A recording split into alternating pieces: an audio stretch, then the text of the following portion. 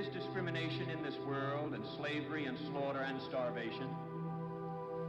Governments repress their people. Millions are trapped in poverty, while the nation grows rich and wealth is lavished on armaments everywhere.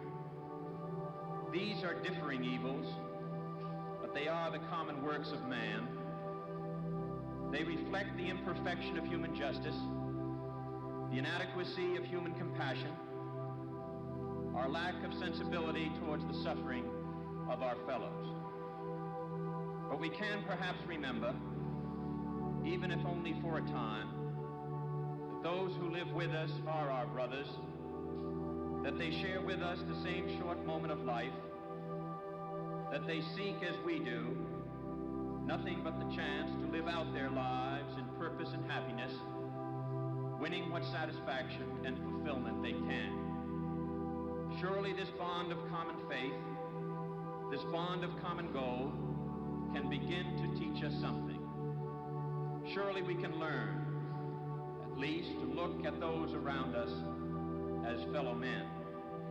And surely we can begin to work a little harder to bind up the wounds among us and to become in our own hearts brothers and countrymen once again. The answer is to rely on youth, not a time of life but a state of mind, a temper of the will, a quality of imagination, a predominance of courage over timidity, of the appetite for adventure over the love of ease. The cruelties and obstacles of this swiftly changing planet will not yield to the obsolete dogmas and outworn slogans. They cannot be moved by those who cling to a present that is already dying, who prefer the illusion of security to the excitement and danger that come with even the most peaceful progress. It is a revolutionary world we live in, and this generation at home and around the world has had thrust upon it a greater burden of responsibility than any generation that has ever lived.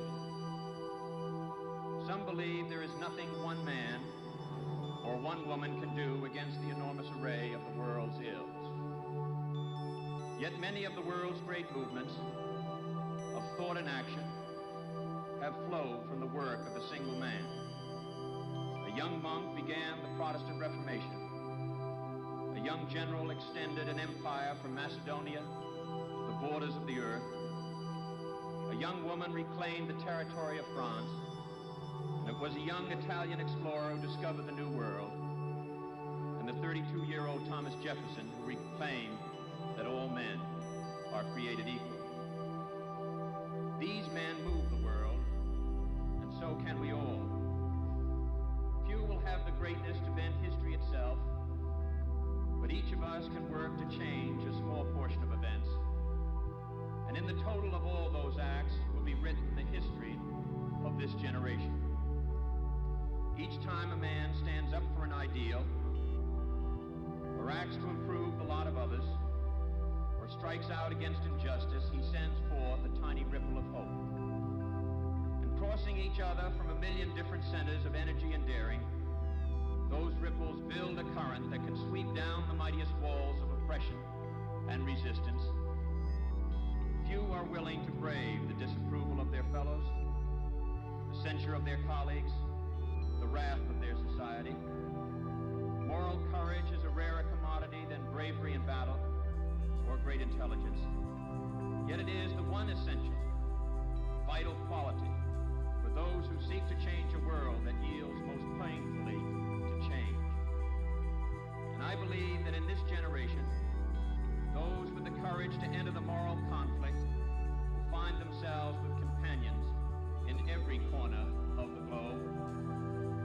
For the fortunate among us, there is the temptation to follow the easy and familiar paths of personal ambition and financial success, so grandly spread before those who enjoy the privilege of education. But that is not the road history has marked out for us. Like it or not, we live in times of danger and uncertainty, but they are also more open to the creative energy of men than any other time in history. All of us will ultimately be judged, and as the years pass, we will surely judge ourselves on the effort we have contributed to building a new world society and the extent to which our ideals and goals have shaped that event. Our future may lie beyond our vision, but it is not completely beyond our control. It is the shaping impulse of America that neither fate nor nature, nor the irresistible tides of history, but the work of our own hands, matched to reason and principle, that will determine our destiny. There is pride in that, even arrogance, but there is also experience and truth. In any event, it is the only way we can live. That is the way he lived. That is what he leaves us. My brother need not be idealized or enlarged in death beyond what he was in life. To be remembered simply as a good and decent man who saw wrong and tried to right it, saw suffering and tried to heal it, saw war and tried to stop it. Those of us who loved him and who take him to his rest today pray that what he was to us, what he wished for others, will someday come to pass for all the world. As he said many times in many parts of this nation, to those he touched and who sought to touch him. Some men see things as they are and say, why? I dream things that never were and say, why not?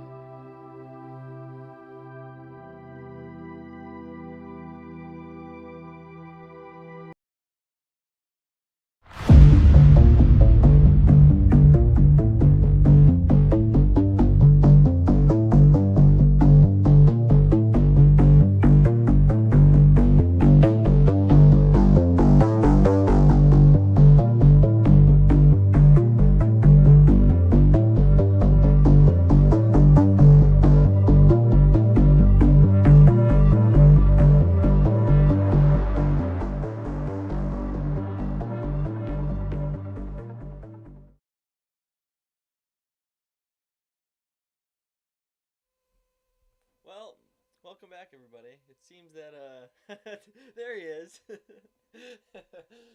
Thought we were gonna not have Tyler for another week. He was here 2 seconds ago, and then he's gone. You know, I think you're still muted. I'm still muted. All right. Yeah. Sorry about that. That speech that I played before was Bobby Kennedy's speech at JFK's funeral.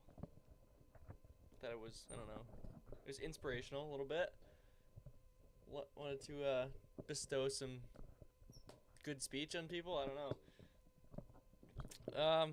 So how you feeling? You glad to be back or what? Yeah, it's good to be back. It's been a long month. Yeah, it seems like it's only gonna get longer for you. Yeah, it's not over yet. We got a Mossad agent on our hands. Has to do the workings in Iran. That's why he hasn't been on the past couple of weeks. I'm a Fed. Oh. So, I don't know. I'm sure you haven't really been keeping up with what's been going on that much, right? No, I have not. Been I got occupied. Yeah, I've been pretty busy, but no, I got the gist of some things. Yeah, I mean, I'm actually gonna be one of the first residents of Greenland once we acquire it. Oh, cool! You're gonna purchase some real estate, are you? Yeah, well, I already got a bid in on it. Oh, that's nice. So. I sound quiet, huh? Okay. So Greenland. I guess the biggest news of the past week is that there was the World Economic Forum meeting in Davos, Switzerland, and Trump attended it and gave this big long speech about how he needed Greenland. He also poked fun at Canada, talked a little bit about how good the U.S. is doing. Do you want to? I think we should watch a little bit of it just to kind of, I don't know, do a semi-live reaction. I watched like 5 minutes of Do you it, want and I was like, to? Okay, you want to start with that? yeah, we can start with that. Do a little All bit. If anybody Sure. else here hasn't actually seen any of it either, I don't know if you really missed out, but it sounds so negative. It's like anything. I think I'm just sick of it. You know, I'm just like sick of the speeches, sick of the nonsense. Like this, and this, which I know are verifiably not true. You're telling me that I'm doing well, but let's see if Good afternoon, everybody. And oh, and we have the CEO of BlackRock introducing President Trump. Hold on. This will be real. That lines up.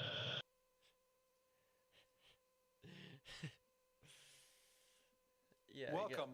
Larry We Fink don't have here. enough seats today. Wow. In the last quarter century, a sitting president of the United States has come to Davos only twice. Both times it was Donald Trump. So when I asked to serve in this new role that I have, he was one of the first leaders I called and invited to a return. This speech is an hour and a half, by the way, so we don't have to watch the whole thing. I could skip ahead. I think that's what I should do.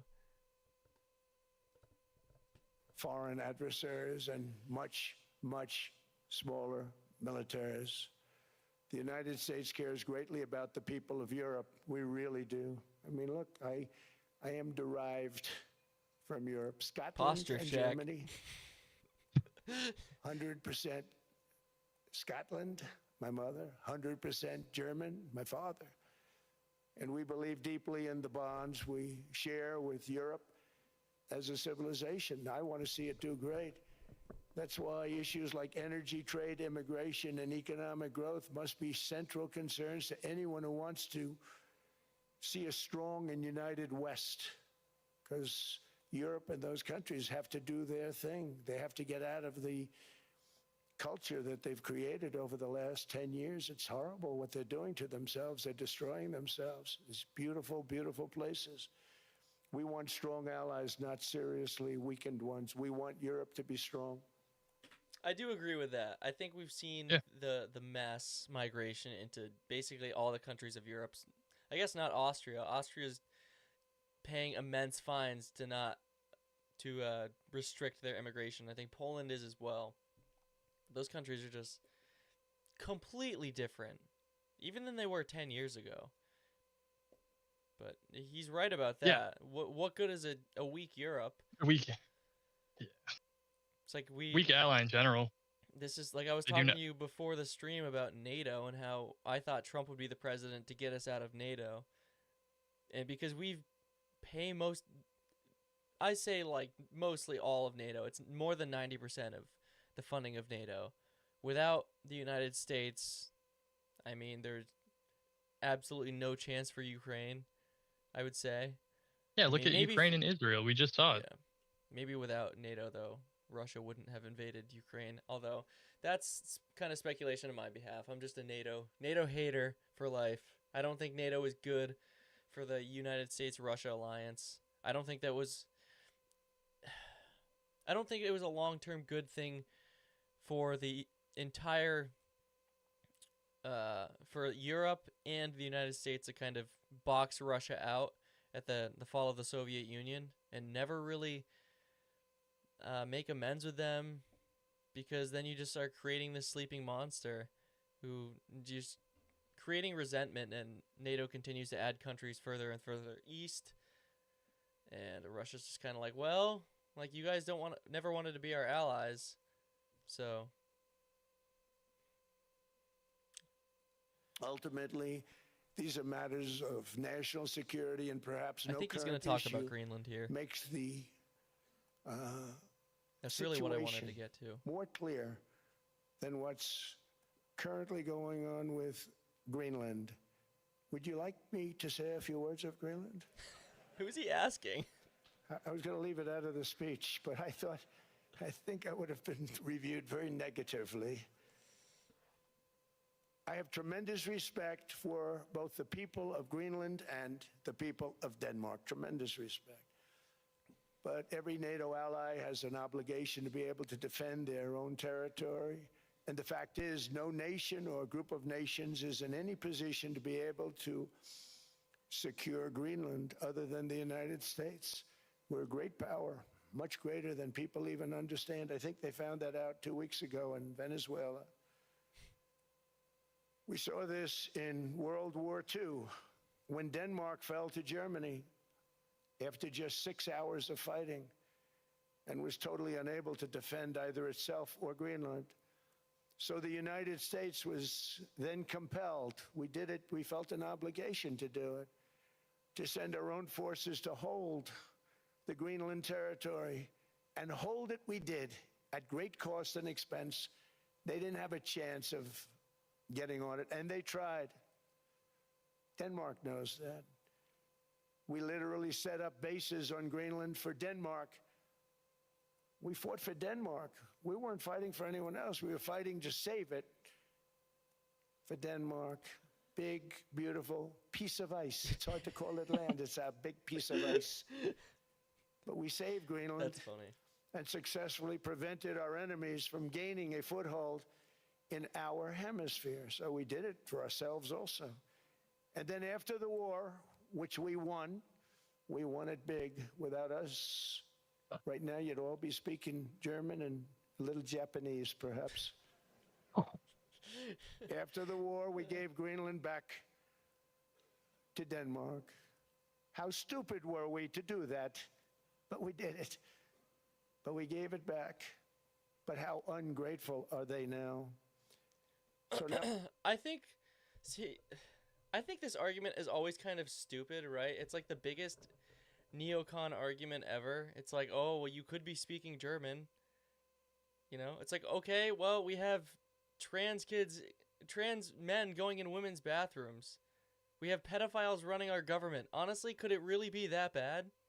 Yeah. Like, it's just a common trope that you hear. Like, oh, you could be speaking German, as if the entire world right now and the country that we live in is not completely different than it was after World War II, you know? I think that's I agree. That's terrible. our country and the world face much greater risks than it did ever before because of missiles, because of nuclear, because of weapons of warfare that I can't even talk about. 2 weeks ago, they saw weapons that nobody ever heard of. They weren't able to fire one shot at us. They said, what happened? Everything was discombobulated. They said, we've got them in our sights. Press the trigger, and nothing happened. No anti-aircraft missiles went up. There was one that went up about 30 feet and crashed down right next to the people that sent it. They said, what the hell is going on? Those defensive systems were made by Russia and by China. So they're going to go back to the drawing boards, I guess. I was reading reports that the United States used some like special sonic weapon that was making the Venezuelan security forces bleed from their eyes and their ears. Did you read anything about that? It was like... No, like I said, I've been kind of sheltered, but yeah, that's crazy. It's like I don't know, the ratio of Venezuelan soldiers to Americans was pretty large, and there were interviews on the ground in Venezuela after they captured the president, and they were saying that like they've never experienced something like that before. There's like extremely loud sound, and then they're like bleeding and concussed. Do you think that's somewhat unethical, like mustard gas? I mean, if it was chemical warfare, then yeah, but if it's like... Yeah, what if there's like lasting effects? I mean, maybe not, No, but... I mean, yeah. What do you consider an act of war? Like, it is an act of... I think it's an act of war to steal someone else's president. Yeah, no, I like I said, I think I said this last time we were on. I don't know if you could do that in any other country and it not break out into Like, something if major. someone came and captured Trump, you know, like, what would happen? Yeah. I'm curious if he's going to say anything more about Greenland in the sense of, like, he's kind of rambling right now, but I want him to say, like, what he's proposing. Greenland is a vast, almost entirely uninhabited and undeveloped territory that's sitting undefended in a key strategic location between the United States, Russia, and China. That's exactly where it is, right smack in the middle.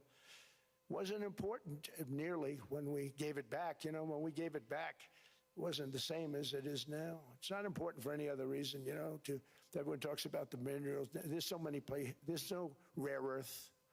No such thing as rare earth. There's rare processing, but there's so much rare earth.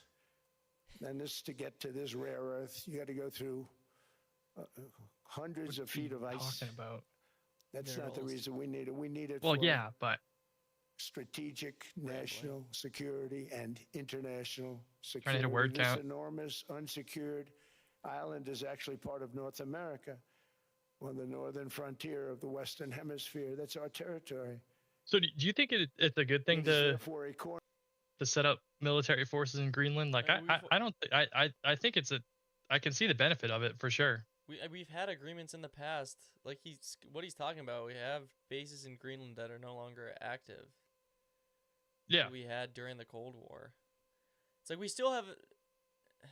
I'm pretty sure we still have an agreement with Denmark. Like, if we wanted to set up military bases there, we could. It's, which I don't really. I guess the argument would be, why are you gonna send all this military power to a country that's not yours? You know. Yeah, but we have military bases all over the world. Exactly. That's my thing. I think they're, like he's saying, it's not really about the minerals, but I think it also is about the minerals. Like, you want monetary gain from somewhere that you're spending money. Yeah, and Venezuela wasn't about the oil. Yeah. So. National security interest of the United States of America. And in fact, it's been our policy for hundreds of years to prevent outside threats from entering our hemisphere, and we've done it very successfully. We've never been stronger than we are now. That's why American presidents have sought to purchase Greenland for nearly 2 centuries. You know, for 2 centuries they've been trying to do it. They should have kept it after World War II, but they had a different president. That's all right. People think differently. Much more necessary now than it was at that time, however. In 2019, Denmark said that they would spend over $200 million to strengthen Greenland's Someone defenses. said it's not a war crime if you're the first to do it. They spent less think than they're 1% referring of to that amount. 1%. There's no sign of Denmark there. Maduro. And I say that with great respect for Denmark, whose people I love, whose Anytime leaders are very good. Like, anytime that the U.S. does something that they wouldn't consider a war crime, I think you just have to look at it in the sense of, if someone else did that to us, what would the reaction be? Yeah. Like, we would be probably dropping a nuke on Venezuela if they somehow were able to capture the president. It's the United States alone that can protect. The U.S. government is never going to admit themselves that they're violating international law or committing a war crime, you know? Not necessarily a war crime, but, like, I guess in this case, An act of war. Yeah. I wouldn't consider it a war crime. It's like an act of war against another nation. Anytime that, like, the U.S. would never admit that they committed an act of war. Like, strategic strike is what they would consider what they did in Iran the first time. Like, okay, but if you're Iran and you're getting bombs dropped on you by the United States and Israel, like, you'd probably consider that an act of war. And I think, like, then that begs the question of what actually is war. It's like, oh, well, it only lasted 12 days. You know, the 12-day war. It's like, well, you're still putting war in the title. And it's not over. That one's not over. Still waiting to see what's going to happen. This giant mass of land, this giant piece of ice. Get to the point. It Stop and rambling. It and make it so that it's good for Europe and safe for Europe and good for us.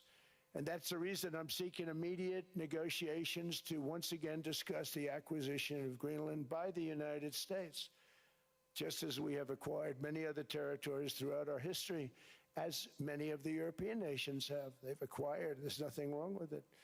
Many of them, some went in reverse, actually, if you look. Some had great vast wealth, great vast lands all over the world. They went in reverse. They're stuck back where they started. That happens too. But some grow. But this would not be a threat to NATO. This would greatly enhance the security of the entire alliance, the NATO alliance. The United States is treated very unfairly by NATO. I want to tell you that.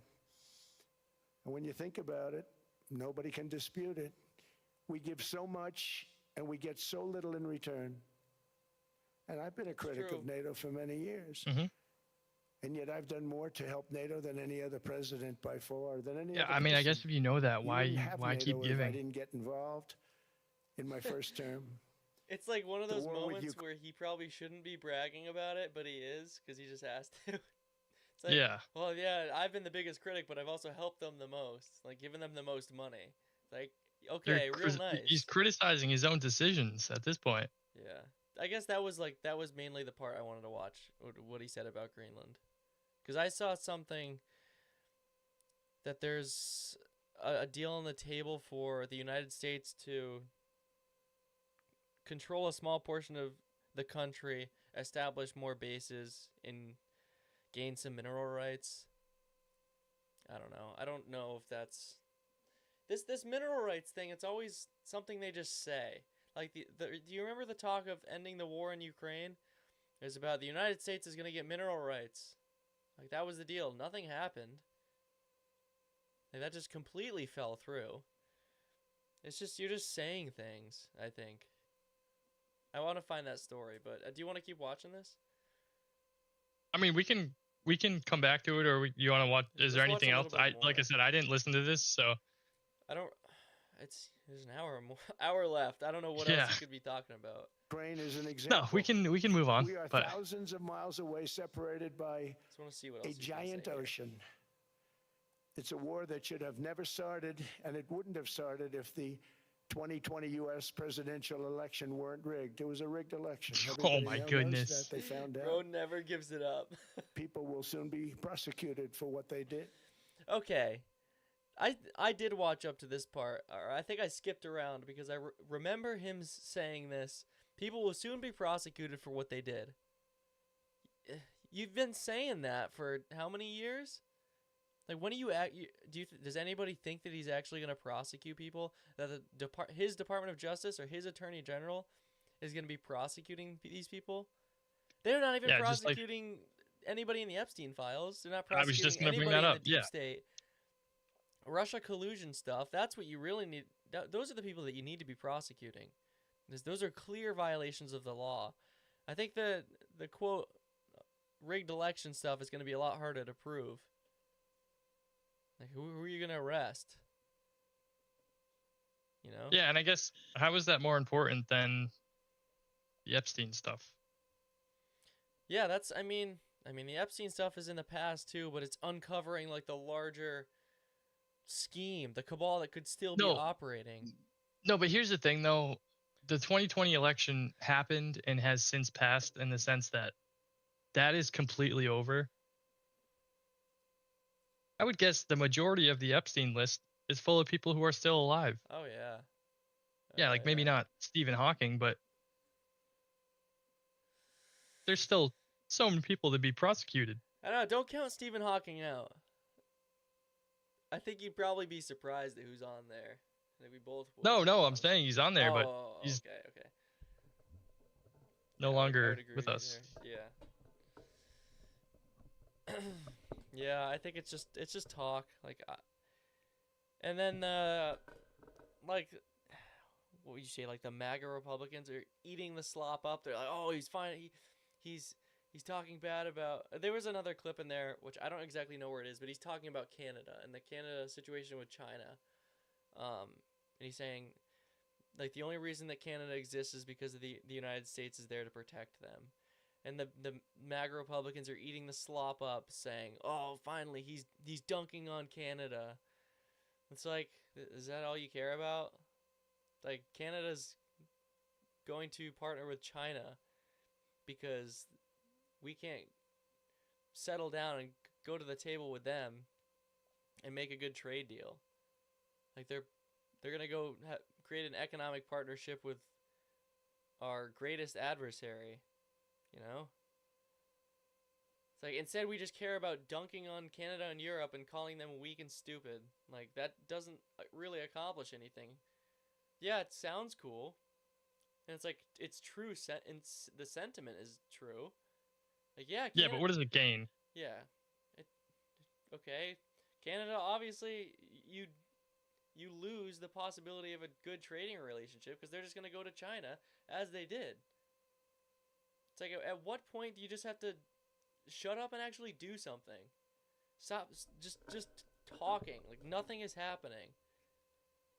And there was I think when was it? It was Tuesday morning that the market had a huge drop. It was like a 5% drop in the market. I think it was like $5 trillion was liquidated from the stock market because Trump had proposed putting, what is it, like 15% tariffs on the EU he proposed that idea until they allowed him to buy Greenland or take Greenland. So the stock market dropped. And then he retracted that idea and said, no, actually, we're not going to do that in light of like a new proposal regarding Greenland. And then the market went right back up. And I saw something. So the White House has their own private portfolio and the biggest corporations in the U.S. They're just like stacking money. It's like he could just manipulate the markets with what he says. Yeah, he'll create a. What was it? The CEO of Vanguard introducing him? BlackRock. BlackRock, yeah. So he can just manipulate the markets by threatening to place tariffs on these other countries, drop the market 5%, invest in the White House's portfolio, or the White House invests their portfolio, and then there's a huge surge. It's kind of funny. Like it's those stupid, are some Pelosi trades right there. Yeah, Nancy Pelosi stock tracker is unmatched. But the whole Greenland conversation leads into the Danes selling $100 million worth of U.S. treasuries. And I think that's kind of just like a drop in the bucket. Europe holds $2 trillion worth of U.S. treasuries. Yeah, but it's still a testament to the lack of faith in our economy. Yeah, and it's like they're saying like, okay, you're gonna kind of be an a-hole to us. Like we're gonna sell some of the bonds that are basically guaranteed money. But it's like if the economy really does crash, it's not really worthless. But something to look into is that bond returns or bond yields are at an all-time high. So they're at like 4.8%. And that's not necessarily good for all that we're hearing from the president about we're in such a good economy. The economy's never been better. The stock market's never been higher, which is all true. But the bond yields going up is a sign of people choosing bonds as the safer investment than the stock market because the volatility and the AI bubble and people not actually believing that these stocks are going to stay where they are. Something's got to fall at some point. Whether that's us getting into another war.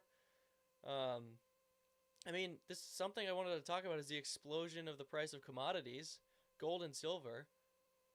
And in the past few months, gold has gone up over 100%. It was at like $40 in October, and now it's at almost 100. It was at like 97. I've been watching it because I just bought some earlier this month. It's already gone up like $20 since I bought it. And gold almost reached 5K today. And that in the past year and a half, what was it? It's gone up. It's like doubled in the past year and a half. I think it was $2,400 in the summer of 2024. I want to look this up because pull it up. Yeah, let's pull it up. I've been grinding these silver prices. Guess I'm just a silver bug now. It's like 97.51. I think that's the highest. Yeah. So let's look at the 1 year of silver. So where are we? Yeah, October was like 48. if you in the That's 30s this crazy. summer, 97.63 now. And what is this a sign of? Let's look at gold. Gold is 49.70. Let's look at the 1 year. Like this is insane. Yeah. So a year ago today it was 2,600 an ounce. It's almost doubled. What is this a sign of? I mean, like I said, it's just a lack of faith in the U.S. dollar. Yeah. It's like people really do realize how devalued the dollar is. And I don't think like gold doesn't perfectly represent the dollar in the sense that like the dollar hasn't lost half of its value since last year. It's more of just the amount of people that are now saying, okay, well, I don't really trust the dollar, is increasing the demand on gold, which is driving the price up. So they're putting their faith in gold to keep its value more than the dollar. Because if the dollar crashes, you have nothing. And in terms of silver, so China is restricting its export markets. It's not telling other countries the amount of silver that it has in its stockpile, but it's trying to bring in as much silver as they possibly can. Now, it seems like they're obviously preparing for something. But Shanghai spot prices for silver are like $5 an ounce higher than what they are in the US. I mean, it's the silver price that we're seeing here is like the future price, is the paper silver price. So it's not exactly indicative of what the actual price per ounce is of real physical silver. But man, if you're not in silver now or in gold now, like I was telling you, the best time to get in was years ago or a year ago from today even. But the second best time to get in is now. Do you think? Yeah, I was gonna say. Do you think you'll be saying that in a year from now? The best thing that I think that you can do with silver, from everything that I've watched, everything that I read, is like no matter the price, just keep consistently buying it. You know, Because it's kind of guaranteed to go up. Think of it like this though: if the U.S. Have we ever had a what? Can you look farther than a year? Have we ever had a significant drop in the price of gold and silver? Yeah. So in the all-time silver chart, silver went up to 47. Oh wait, this isn't accurate. It doesn't show the 70s. I need to find an all-time silver chart. So I believe in the 70s there was a silver high. No, this isn't going to show it.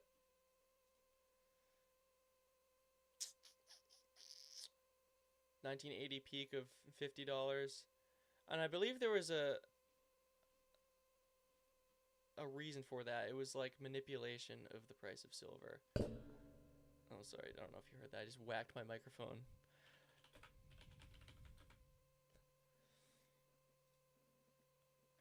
So, Texas billionaires Nelson Bunker and William Herbert Hunt attempt to corner the silver market, driving prices from $6 to nearly $50 an ounce.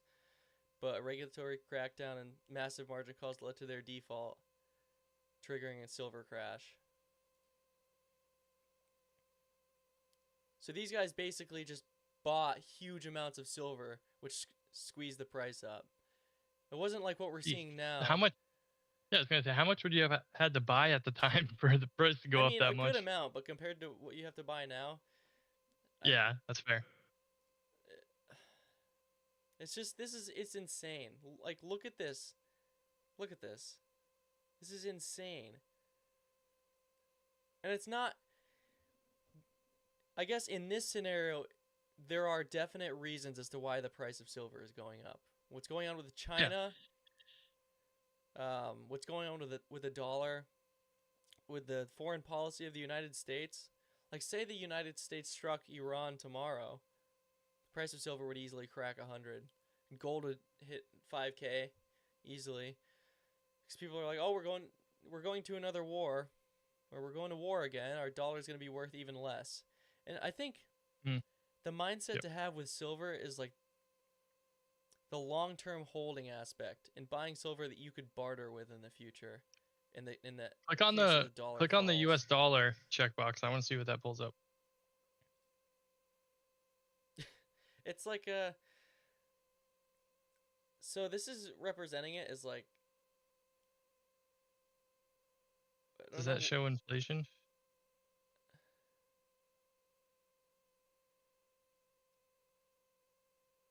It's like the U.S. dollar valued at $100.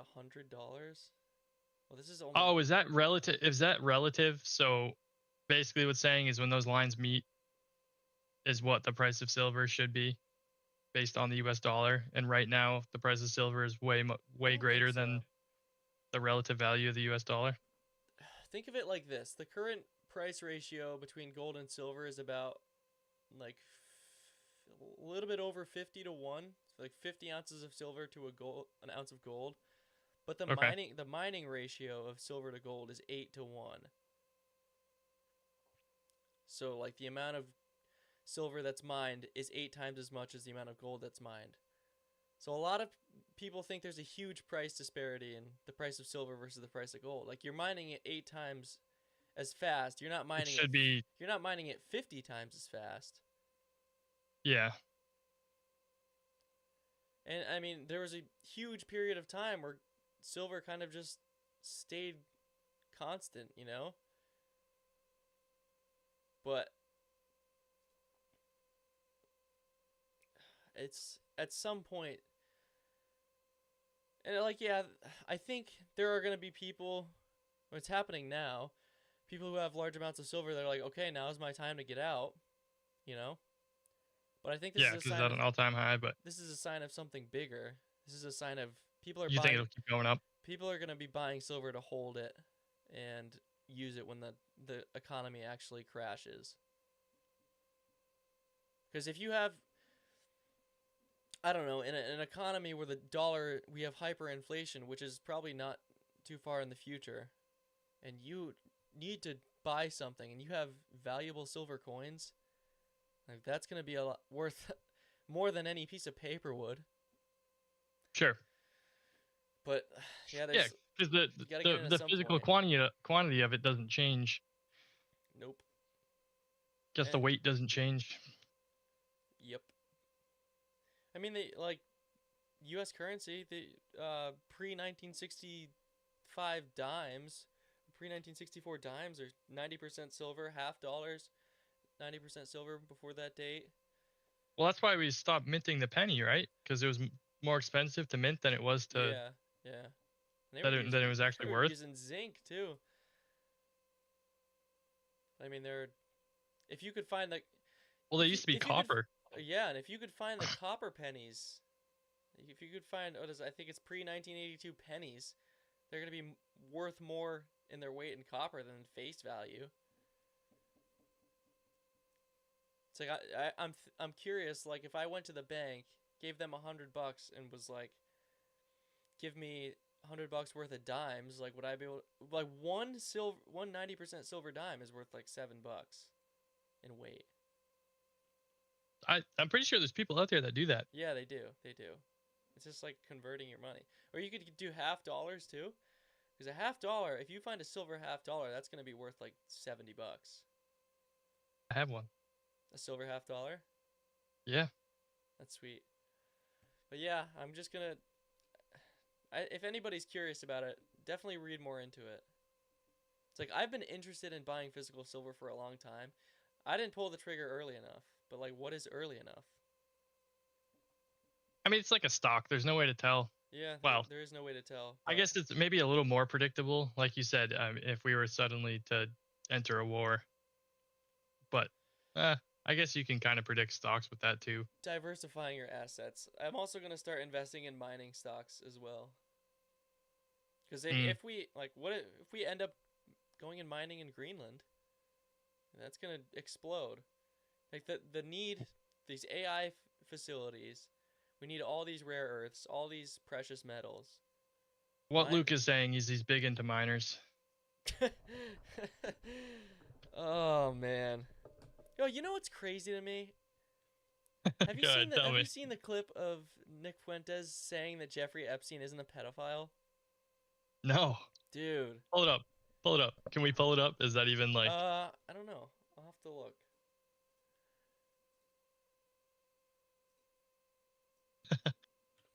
Someone said facts.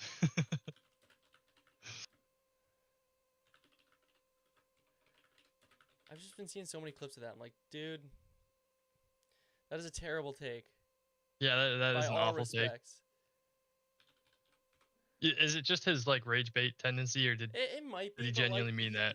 I don't know, dude. He's.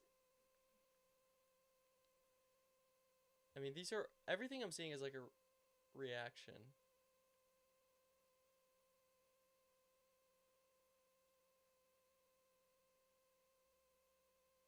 This is like he was probably. Hold on. Here's one clip of. Let's see what this clown has to say. The coldest, coolest guy you know. I don't know if he's You're gonna telling swear, me the so coolest guy you know beware. who knows everybody says, hey, we're going to go on my private jet to my private island. We got hot girls. He doesn't tell you how old they Yeah, hot. This are. How fucking lame would you be? Are they 18? Like, who's going to be the nerd that asks that? You probably would Me? just assume they are. Yeah, like what? No, I would not assume that. What are you That is saying? crazy. Like, this is an insane take. I want to see what else this clown says. Or What are that your it's thoughts in on Nick international dropping waters, that so it quarter doesn't zip to matter, Epstein you know, war? but like, I didn't know about that. you're telling me you would automatically say, no. Like, you don't know what's going on. All everybody knew was that he was the coolest guy in town. The coolest guy in town. Terrible says, take. "Hey, Yeah, that's not the clip of him saying that Epstein wasn't a pedophile, but Wait, so he dropped a quarter zip that Epstein wore? Is that like a merch I'm line gonna or look it up. something? Yeah, I did see this. I didn't actually look at it, but oh my god. Yeah. Dude. He got the call. Like, what is this? It's actually kind of nice, like, if it wasn't something that Epstein wore, honestly. But, like, that's Yeah, it's the like if reason you were you're rocking putting the it on your Charlie store? Chaplin mustache, you can't do that anymore. Yeah. It's like, come on, dude. Whatever. I mean, And for those of you who don't get that, look up Charlie Chaplin's mustache. in the sense of anyone that you are, like, look up to politically, you never have full faith in them. You have to have your own opinions. There was always things that I disagreed with Nick on. Like, I remember at one point he was talking about how he doesn't like steak and he likes to eat macaroni and cheese and french fries. I'm like, dude, you are such a beta male. It's like 5'2", 110 pounds soaking wet. He was telling people, don't go to the gym and eat what you want. And that he doesn't like steak. I'm like, dude, grow up. Like, you're almost 30. Like, you're supposed to be a good role model to people, you know? And he does get a lot of, publicity from rage baiting like that. Like, I hope he's not serious about the Epstein stuff, but why say it at all? You know? Like, why say that at all?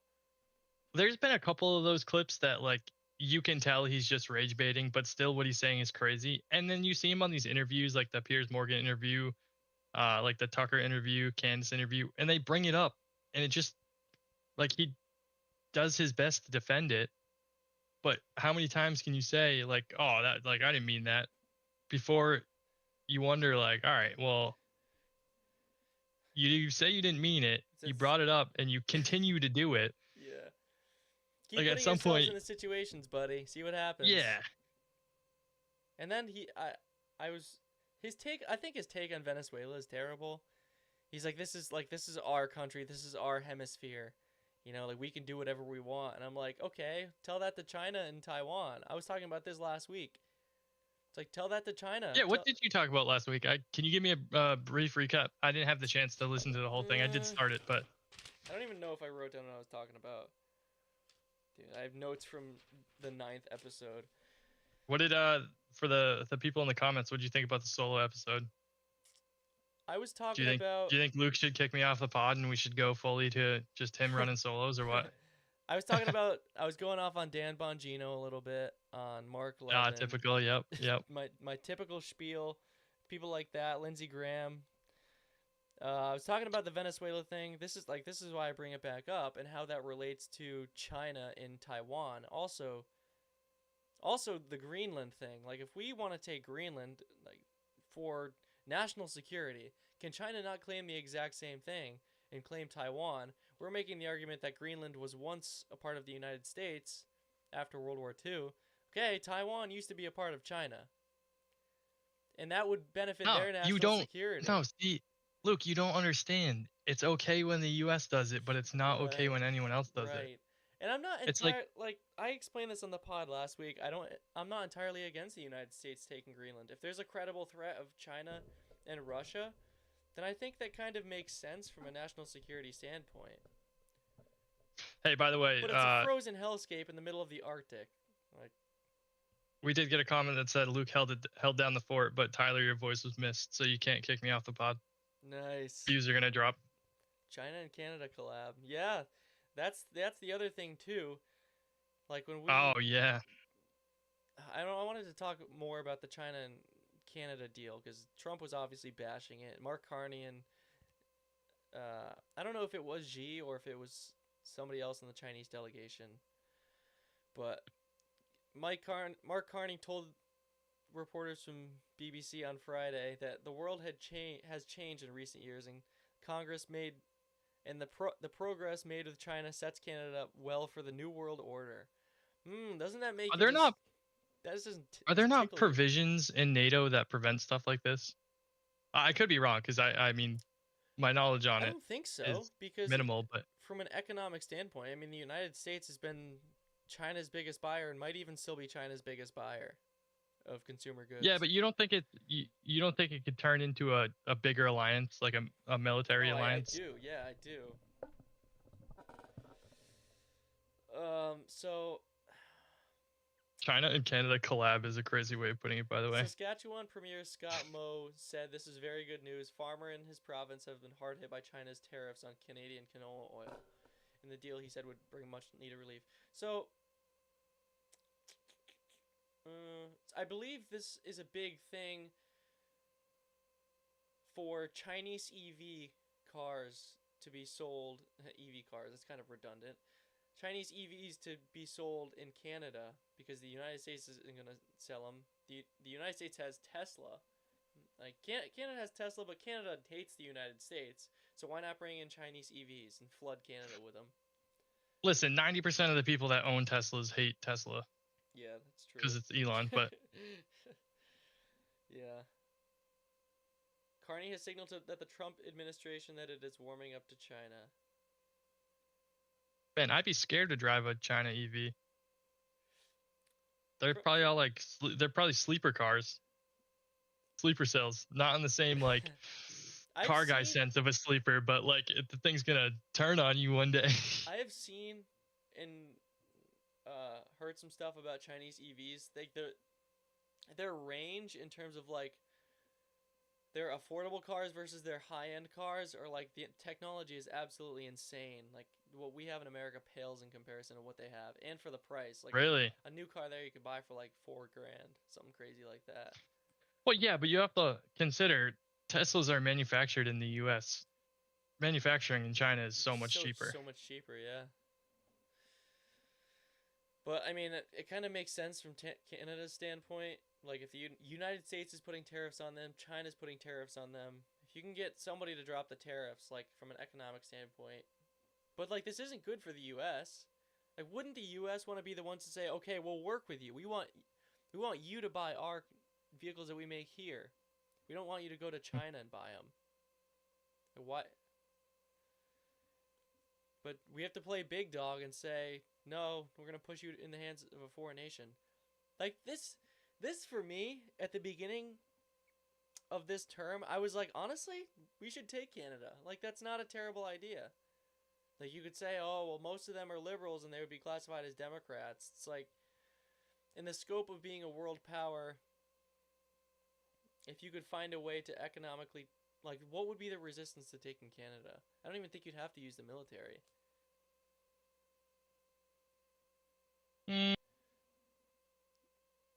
But I think we'd run into the same issue of Trump wanting to take Greenland. Still. Like, Canada would clearly push back. Yeah. I don't know, man. Like, I don't... I think from a national security standpoint, it makes sense that it would make sense if those countries were already a part of the United States, you know.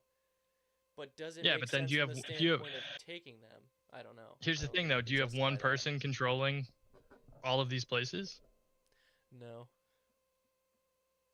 Canada has how many? I mean, they have their prime minister, but they have how many? Each province has their own premier. So So they adapt the U.S. political system is what I'm saying. no, it's a little bit different. Like they have a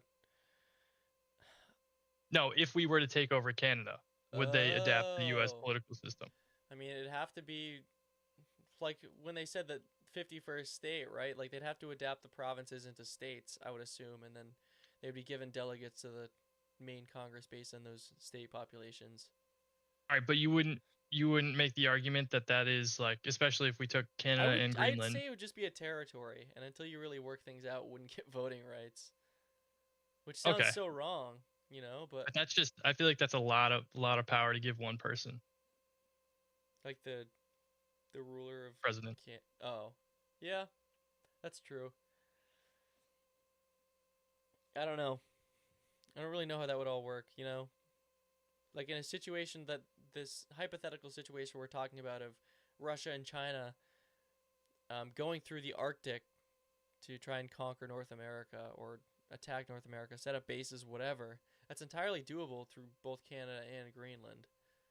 So like in an ideal scenario, those would be the territories that you'd want to protect attacks from there and to set up this Golden Dome infrastructure. But like in a realistic world, in the real world that we're in, you can't just go and take it. I don't think it's not. I don't know, the 1700s anymore, the 1800s anymore. That's not the same world that we were in then. These countries are actually established. Wooden sailboats over there. Yeah, in the days where nations weren't entirely established, and you're just dealing with indigenous people, it's not that hard to take the land. It wasn't actually a country. But in the days where there's an established government and military, it's kind of hard to justify just saying, oh, we're going to take it. They can't do anything about it. That's how wars happen. In terms of colonizing, like the wars aren't really at the scale of like Germany invading France, you know? It's not really the same thing. Like those are wars that I also think tens it's of millions different of people died. Throughout history when you look at colonizing or taking over land. These places were like barely established. Yeah. Like today's age, we're talking about, for the most part, fully established nations with militaries, with their own politics, with citizens that have public opinion. Yeah. Like you didn't have back in the day, you didn't have like Instagram and Twitter to like sprout your opinions. Native Americans are on I mean, Twitter. like, I feel like at some point, you could have lived during like, the 13 original colonies here. You could have been living somewhere on the West Coast and had no clue what was going on. Yeah. You know what I mean? It was a lot easier to take over nations back when. I mean, you could have lived your entire life without knowing what was going on on the opposite coast. You know what I mean? Yeah, I totally agree with that. I think it's just a different world that we live in, and to act like we can just continue to be a hegemon and just take things. Realistically, we probably could in the sense that our military is the strongest in the world. But It'd be deadly, though. We don't want to because of the economic impact and cultural impact as well that it would have on the U.S. Like just what we need, more devaluation of the dollar. Like if anything's going to trigger hyperinflation, it's going to be a big war. I just don't think that that's like a good solution. I think trying to be friendly with everyone because you want more allies, but in a way that you want the allies to be able to contribute as well. Like you don't want to be the main one of the main contributors. I don't think that's a terrible thing, but you want to feel you're the only only contributor. That's when it's a problem, which is kind of where we're at.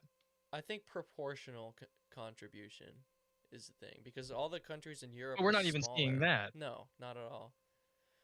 So I think that's the argument I would make is trying to have what did I say? Proportional contribution from all the countries, the NATO nations, the non-NATO nations that we're allegedly allies with. It's like, why are we allies with you? You give us nothing. You know, once those checks start rolling in from Israel, then I'll say, oh yeah, maybe you guys are decent allies. But until they pay back the $300+ billion that we've given them so far. Yeah, speaking of checks from Israel, am I gonna get a reduced payment this week? Because you did a solo episode when we get our Israel check. What? Yeah, I guess I'll just take the full thing. That's fine. You'll take the full. Man. I was watching. Tyler Oliveira did a special episode on. Did you see that? Is the town in New York that's entirely Hasidic Jews? No. Dude, that was insane. Which is the kind of crazy thing about it is that they all said that they're anti-Israel, whatever. Just like, okay, that's interesting. It's not about them being Jewish at all. But looking at the community, he literally walked up to every one of them and asked, like, what do you do for work? None of the people work. They literally just are in the synagogue all day. It's insane. And each one of them has like 10 kids. Like the average amount of kids there is 7 for a family. The American dream, man. It's like, imagine any other ethnic group having a community where it's only that ethnic group. Well, isn't that kind of how like Chinatowns are? Yeah, but that's not like. See, that's my thought process, right? It's not frowned upon when it's a minority. But it's just like I'm sitting here, you know, I'm paying tens of thousands of dollars in taxes every year. I wouldn't even be able to afford to have a kid if I wanted to. And I see people online in these random towns, and they're like, yeah, I can have 10 kids because I'm on welfare. Get on welfare, man. Dude, I'm doing something wrong. But yeah, you're working. I'm not that type of person. I could never be the person that leeches off the system, you know? I don't want to be that way. It's so, it's grimy. Yeah, and by the time our day comes where we do start to leech off the system, it's not going to exist anymore. Yeah. Our Social Security is already estimated to be, I think the conservative estimate is that we're going to get like 75%, but I don't think we're going to get anything. I think they're just saying that to keep people voluntarily paying in. It's like if people all of a sudden... Well, you don't have an option. You don't even have a choice. I know that, but if you were able to withhold your Social Security payments with the possibility of the government coming after you, like, if that was a possibility, which I don't think it is, like, people would be doing it, is what I'm saying. Yeah, you could do you could do so much better. Put that money in the stock with an IRA. Yeah, exactly. Just insane. It's insane. Moving on. Iran claims that 3,117 people have been killed in the protests. They claim that 2,400 of the dead were civilians / security forces. They did not specify what the other 700 people that were killed were. I assume there's a lot of CIA and Mossad getting killed, honestly. I think that's like a speculative claim, of course, but that's what I would say is who they're not saying. Because if they're like, yeah, we killed 500 Mossad agents, don't you think Israel would go bomb them tomorrow? I think so. And Israel might even know that Mossad agents are dying. Or the United States might know that intelligence agents are dying. Like, in an organic uprising, can't you just let it be organic? Like, do we really have to get involved? It's like, yeah, man. The polls say that the majority of Americans do not support continuing strikes on Iran. It's like that has absolutely no grasp on Americans whatsoever. So, in what universe is this a good thing? What the Prez wants. Yeah. Prez gets. Well, I mean, he said if you kill any more protesters, that you're gonna pay for it, and then there was a talk of public hangings in the streets of Tehran, and the president said, "Don't do it, or you're gonna pay for it," and they ended up not doing it. I don't know if that's necessarily because he said that, but like, is the United States bluffing, or would they actually do it? Like, what are they gonna do? Bomb the streets of Tehran, killing thousands of civilians? I don't know. Time will tell. Time will tell. Man, it's just not really any good news. I don't know. Just the same old blackpilling every week of life sucks, and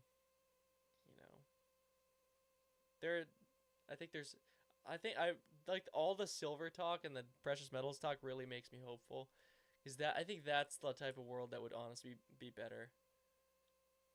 Like a world where your money is actually valuable.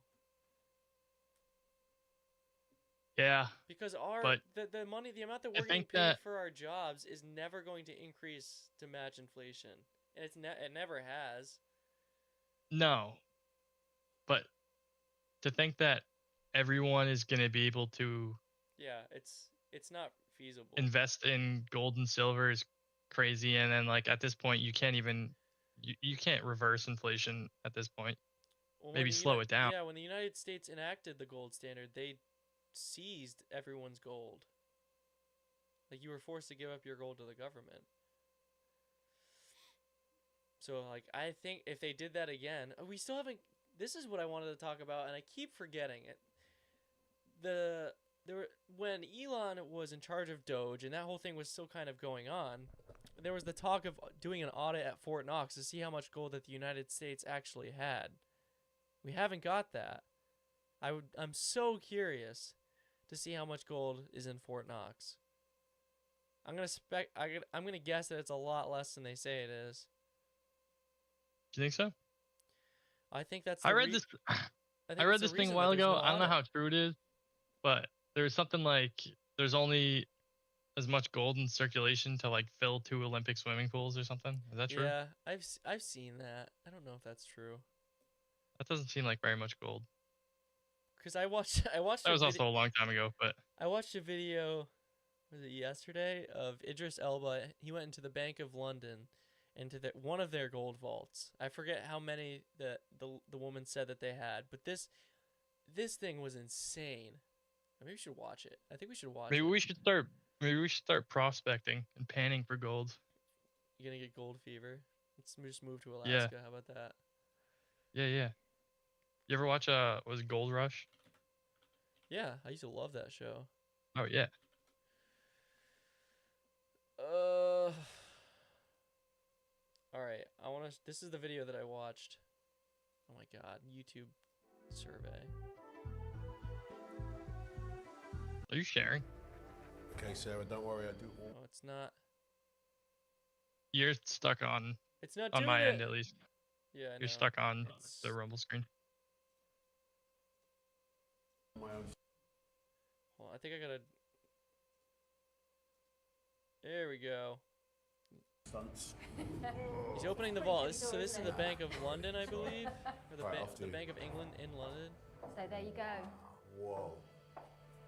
This is insane. Your first glimpse of I'm still not seeing it. You're not seeing it? No. Can anybody else in the stream see it? Comment if you can. 'Cause I can see it on my streaming screen. Well, I can see it on the streaming screen, just not on my end.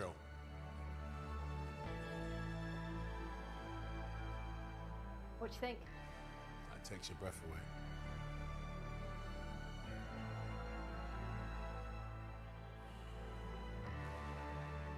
Is this real? Can you see it? Yeah. Yeah, it's real. It's like Raiders of the Lost Ark. Isn't that insane?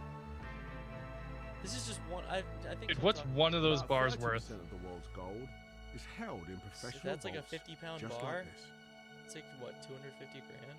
Okay, Sarah. I mean, how much gold is here? No, 50-pound bar. This is one of 9 Hold on. gold vaults that we have here at the bank. There's about 400 400,000. Dude, how well do you think that guy was searched stored on his here. way out? And 400,000 gold bars in there. collectively, they're worth about 250 billion pounds, something like that. Oh my goodness. What? 250 I know, it's a billion lot, isn't pounds. it? What's that in So- US dollars? I've got to ask the question, like, That's like why do we have 320, this I here? think. 300 or How, 300. how did it turn billion? into, okay, the bank needs to hold this much gold? What was the process? Like, take me back. So obviously, gold's been used for quite a number of I years. just want as to, I a- don't care about this stupid talk, but that's insane. Like, that's unbelievable. And how many vaults like that do they have? Like, the swimming pool thing, like, that there might even be enough to fill a swimming pool. Yeah. Well, they said, what's that, 30% of the world's gold supply? They said that is? I think so, in the beginning, yeah. Oh, I didn't hear that part. Okay, Sarah, I mean, how much gold is here? That's This insane. is one of 9 gold vaults that we have here It's at the so bank. pretty. There's about 400,000 gold bars stored here. 400,000 And gold collectively, bars. they're worth about 250 billion pounds, something like that. What? I know, it's a lot, isn't it? So, I've got to ask the question, like, why do we have this here? Okay, it's kind of like ad-ish. I don't know. It's like a little docu ad type video, but like we don't see that in the United States. Like, let somebody go in and see like the vault in New York or the vault at Fort Knox. It's like that would be insane. You probably I hope they still have gold. I really do. Imagine if they don't. We're all Just empty. We're all cooked. If they really don't have it, you know. I mean, we've gone an hour. Do you want to keep going? Luke, I mean, do you have any is more showing. topics to talk about? I hope That's not. a crazy I'm comment. only 2%. What's the problem if it is? I like gold. You know, it's shiny. It was promised to me 3 million years ago, 30 million years ago. Yeah. Go back to the gold standard, honestly. That would be sweet. Honestly, like, what if we actually just traded in precious metals? I don't know. That would be cool. Sounds like the Wild West. I feel like there are more topics, and I just, off the top of my head, I can't remember. No, I think we went through them all. Let me take a look. Huh. In this, in the Davos interview or speech that Trump gave, he was talking about how Marco Rubio is going to go down as the best Secretary of State in U.S. history, and how it's obvious because both sides voted for him unanimously in his confirmation hearing. And Trump, he said this in the speech. He's like, initially, I thought this was a bad thing, that both sides liked him. But then I realized that he's just a really likable guy, and like he's just a great person. Like, if that's not a sign of being bought and paid for and corrupted, like, what is? Yeah. It's just the uniparty. Uniparty is a real thing. It's so obvious. Like, Marco Rubio is gonna go down as the best Secretary of State in U.S. history. Are you kidding me? Little Marco, as Trump used to call him in 2016 when Marco Rubio was also running for president. Trump said that Marco Rubio was going to get bought up by Sheldon Adelson, but it ended up that Trump got bought by Sheldon and Miriam Adelson. And then he's like, yeah, actually, you know, I'd like Marco Rubio now. I want every possible how that neocon I comes can full get circle. in my cabinet, in my government. It's like the flip-flopping on everything. It's like, I'm so over it. I used to enjoy watching his speeches, you know, and like watching him dunk on people.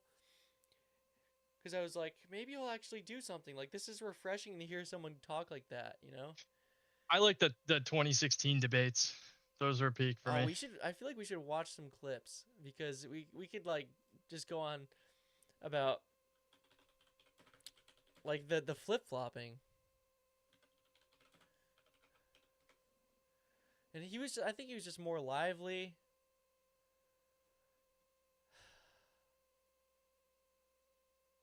And I want to talk about taxes. The fundamental difference between the two of you concerns the wealthy. Secretary Clinton, you're calling for a tax increase in the... Oh, hold on. I got to fix this. Come on.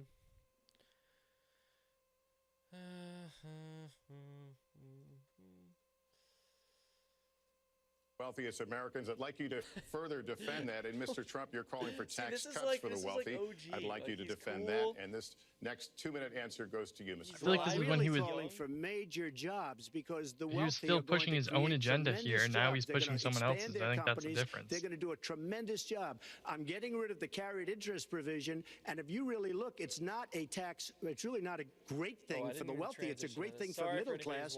It's a great thing for companies to expand. And when these people are going to put billions and billions of dollars into companies, and when they're going to bring $2.5 trillion back from overseas, where they can't bring the money back because politicians like Secretary Clinton won't allow them to bring the money back because the taxes are so onerous and the bureaucratic red tape. I think it's so funny that he's got the blue tie on. She's in a full red outfit. Believe it or not, leaving because taxes are too high and because some of them have lots of money outside of our country, and instead of bringing it back and putting the money to work because they can't work out a deal and everybody agrees it should be this is cool. Instead of that, they're leaving our country to get their money because they can't bring their money back into our country because of bureaucratic red tape, because they can't get together, because we have a president that can't sit them around a table and get them to approve something. And here's the thing. Republicans and Democrats agree that this should be done. $2.5 trillion. I happen to think it's double that. It's probably $5 trillion that we can't bring into our country, Lester. And with a little leadership, you'd get it in here very quickly, and it could be put to use on the inner cities and lots of other things, and it would be beautiful. But we have no leadership. And honestly, that starts with Secretary Clinton.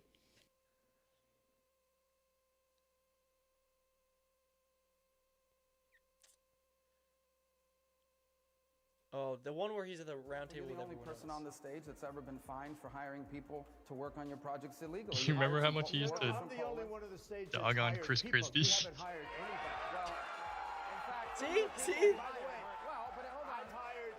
By the way, I've hired tens of thousands of people over my job. You've hired 1,000 people You've from had another nothing company, but problems from another with your country. credit cards, etc. Let me say, what? Let me finish the statement. Now they're best friends. We hired workers from Poland, and he had to pay $1 million or so in a judgment for hiring. That's wrong. That's a fact. Totally wrong. Well, people look it up. I'm sure people are Googling it right now. Look it up. That used to be so goated. Wrong. Illegal workers on one of his projects. Yeah, he did. I think it's like these guys are best friends now, you know? I've hired tens of thousands of people. Like Trump used to be tweeting about this guy all the time. Be quiet. Just be quiet. Let me talk. I've hired tens of thousands of people. He brings up something from 30 years ago. It worked out very well. Everybody was happy. And by the way, the laws were totally different. That was a whole different world. Thank you.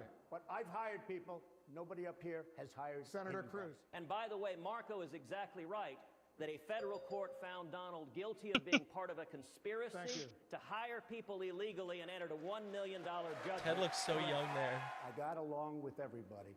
You get along with nobody. You don't have one Republican. You don't have one Republican senator, and you work with them every day of your life, although you skipped a lot of time with the minor details. But you don't have one Republican senator backing you, not one. You don't have the endorsement of one Republican senator, and you work with these people. Senator Cruz. You should be ashamed of yourself. Here's a man, Robin Hood. This is Robin Hood over here. He talks about corruption on his financial disclosure form. He didn't even put that he's borrowed money from Citibank and from Goldman Sachs, which is a total violation. See, this is the stuff where it's like where is this now? People from the big bad banks. We're going to move on. Now the wall is $10 billion to $12 billion if I do it. If these guys do it, it'll end up costing the wall. Imagine if that actually happened. But the wall is $10 to $12 like $5 billion. You need 1,000 miles. The Great Wall of China, built 2,000 years ago, 2,000 is 13,000 miles. We need 1,000 because we have a lot of natural barriers. We can do it for 10 to 12, and it's a real wall. This is a wall that's a heck of a lot higher than the ceiling you're looking at. If the Mexicans don't pay for the wall, will you start a trade war with Mexico? Well, you know, I don't mind trade wars when we're losing $58 billion a year. You want to know the truth. We're losing so much. We're losing so much. Dude, he's a completely different person. I know. With China, we're losing $500 billion a year. And then people say, oh, don't we want to trade? I don't mind trading, but I don't want to lose five. I think the craziest part is that people still see him as this same person. He reminds me of Muhammad Ali's brain decline. Oh, come on. Oh. No. It's just like, you could see how it's, I don't know if they got to him, like he's not energetic, he's not lively. No, like I said, he was pushing his own agenda here, now he's pushing someone else's. $500 billion. This is good stuff. If he builds the wall the way he built Trump Towers, he'll be using illegal immigrant labor to do it. The second... So cute. Such a cute soundbite. But no, it's not a soundbite. It's a fact. Yeah, Again, go online and Google it. Donald Trump, Polish workers. You'll see it. The second thing about the trade war, I don't understand, because your ties and the clothes you make is made in Mexico and in China. So you're going to be starting a trade war against your own ties and your own suits. All right. You know why? Because Why don't you they make them in devalue America? their currencies. No, They devalue their currencies. Well, then make them in that America. Makes it well, you don't know anything about business. You lose Well, on make them in everything you America. do. You know anything about it because you're a lousy Well, I don't know businessman. anything about bankrupting four companies. No, You I bankrupted know, four you know what? companies. You know what? I don't know anything about You know what? starting a university. That was a fake university. Dude, listen to the crowd. A fake university. That's called... There are people let that me just borrowed tell you, that's- $36,000 One at a to time, go to Mr. Trump Trump. University, and they're suing him now. $36,000 And to by go the to a way, university. and by the way- That's a fake school. And by the way... And you know what they got? They got to take a I've won picture with a most of the cardboard lawsuit. cutout of Donald Trump. And by the way, That's what they I've got for won the most of the $36,000. I want to move And on. they actually did a very good job, but I've won most of the lawsuit. Senator, I want to Most bring in of the lawsuit. I want to That means bring he in my lost colleague part of the Maria lawsuit. Celeste. Excuse me, hey, Wolf, let me ask you, am I allowed to respond to this You're guy? allowed. You've been Okay, responding. well, no, I haven't. I really haven't. He's talking the whole thing. He's like, he's quick, he's Here's a guy that buys a house for $179,000. He sells it to a lobbyist who's probably here for $380,000, and then legislation is passed. You tell me about this guy. This is what we're going to have. Dude, the irony. $200 million. I know, it's If like- he hadn't inherited $200 million, you know where Donald No, Trump would be right now? Selling watches in I Manhattan. borrowed, wrong. Wrong. That's where That he would is be. so wrong. A small loan of $1 million. I took $1 million and I turned it into $1 $10 million. billion. I borrowed $1 Then million. release your tax return so he can see how I much money he borrowed makes. $1 million. I He turned it doesn't into make that much 10 money. billion, more than 10 As soon billion. as I step foot into the Oval Office. I have to say, Senator he lied Cruz. this time. He lied. 100%. 100%. Senator You lied about the Polish workers. Yeah. You lied to the 38 students of Trump years ago. University. Let 38 Senator years Cruz ago. Oh, jump he in, lied please. 38 years ago. All right, I guess there's a statute of limitation on lies. First of all, I don't believe anything Telemundo says. You used to say that you lost. Number one. The Second Amendment When from you the Bill of say Rights. crazy zealot, are you talking about you, crazy zealot? Give me a break. What you're saying is getting rid of the barriers Give me a between break. states, that is going to solve the problem. That's going to solve a lot of the problem. And the insurance companies are going to say that. They want to keep it. They say whatever they have to say to keep it the way it is. I know the insurance companies. They're friends of mine. The top guys, they're friends of mine. I shouldn't tell you guys. You'll say it's terrible. I have a conflict of interest. They're friends of mine. There's some right in the audience. Oh, that's what I One wanted of them to was talk just about. waving to Which me.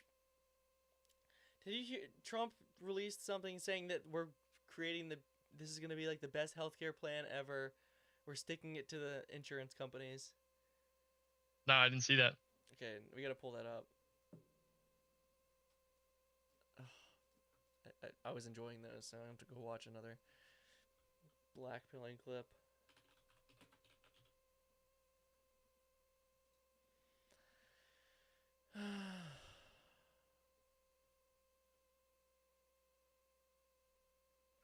I just find the clip of him saying it. Today, I'm thrilled to announce my plan to lower healthcare prices for all Americans and truly It's only make like 5 healthcare minutes. affordable again. We're doing things that nobody's ever been able to do. We're calling it the Great Healthcare Plan. Instead of putting the needs of big corporations and special interests posture's first, gotten so much our worse. plan finally puts you first and puts head's more slowly money falling in your into the pocket. suit. The government is going to pay the money directly to you. It goes to you. and then you take the money and buy your own health care. Nobody's ever heard of that before, and that's the way it is. The big insurance companies lose, and the people of our country win. This proposal locks in the massive discounts on prescription drugs that my administration is achieving through our most favored nation drug pricing agreement. Now, when you hear about that, for 40 years they've been trying to do it, but they never were able to do it. No other president was able to do it. I got every other country to approve it by the use of tariffs and other things. They all approved it. Nobody else got it. No other president got it. And for the most part, they didn't even try because they felt it was impossible. It'll bring down drug prices 80, 90%, in some cases, just numbers that nobody's ever heard of before. Your prescription drugs will come way, way down. And under this policy, the prices of many drugs will be slashed by 300, 400, and even 500% starting this month at the TrumpRx.gov. There we go again. So instead of Americans yeah, there we go again though with the highest greater than drug prices in the 100%. world, Yeah, that's like they're gonna be paying me to take the drugs now. That'd be nice. Yeah, I hope that, like, obviously those numbers make no sense, but in the sense of the Trump RX thing, I hope that actually does reduce the price of prescriptions. We'll see what actually happens, but I think we were talking about this during the government shutdown. The healthcare was the main reason that the government was shut down, and it was the fact that the government couldn't agree on whether or not to extend the federal subsidies to insurance companies that were enacted during COVID. I think this is a good thing to try, seeing if paying Americans directly, paying the subsidies to them directly, will drop premiums. Now, I don't know, because he's basically telling the drug companies that he's going to be giving the people more money. So why wouldn't they just keep the premiums exactly the same? Like Or raise them. Or raise them. Like, okay, you're going to give money to the people, we'll just raise them. Like, people still got to buy insurance. And you can't, the government can't just go to the insurance company and say, oh, well, you're not dropping your premiums, like, we're going to put you out of business. Like, what kind of a communist state is that? So it's like this in between of a socialized system and a private system that doesn't really work that well. But I'm curious to see what it actually does. We'll find out. Yeah. Yeah. which we have for decades. We will now be paying the lowest cost paid by any other nation. So any other nation that's paying the lowest cost, that's what we're going to pay. And the American people will get the savings. So I have to reiterate, the lowest price in the world is what you're going to pay. Before, you were paying the highest price in the world by far, and the politicians did nothing about it. So I'm asking Congress to complete the work that we've started. Next, my plan would reduce your insurance premiums by stopping government payoffs to big insurance companies and sending that money directly to the people. Obamacare was designed to make insurance companies rich. So I don't know if you want to watch any more of that, but he's saying that it's not enacted yet. He's proposing this plan to Congress. He's going to try and get his Republicans to pass it through. Maybe get some Democrats to agree. I don't really know. So this is just like a plan. I mean, that would be something to try. I think it shows some promise. I don't really know if I have that much faith in the idea, but something to try. Yeah, I don't know. I don't really have anything else. Do you wanna end it here? Yeah, we can wrap it up. Oh man. All right, everybody. Thanks for tuning in. I think it'll probably just be me next week. You're not gonna be here, right? Yeah, but I should be good after that. All right, we'll throw on another solo episode next week. But thanks for tuning in, everybody. We'll see you around. Thanks, everyone.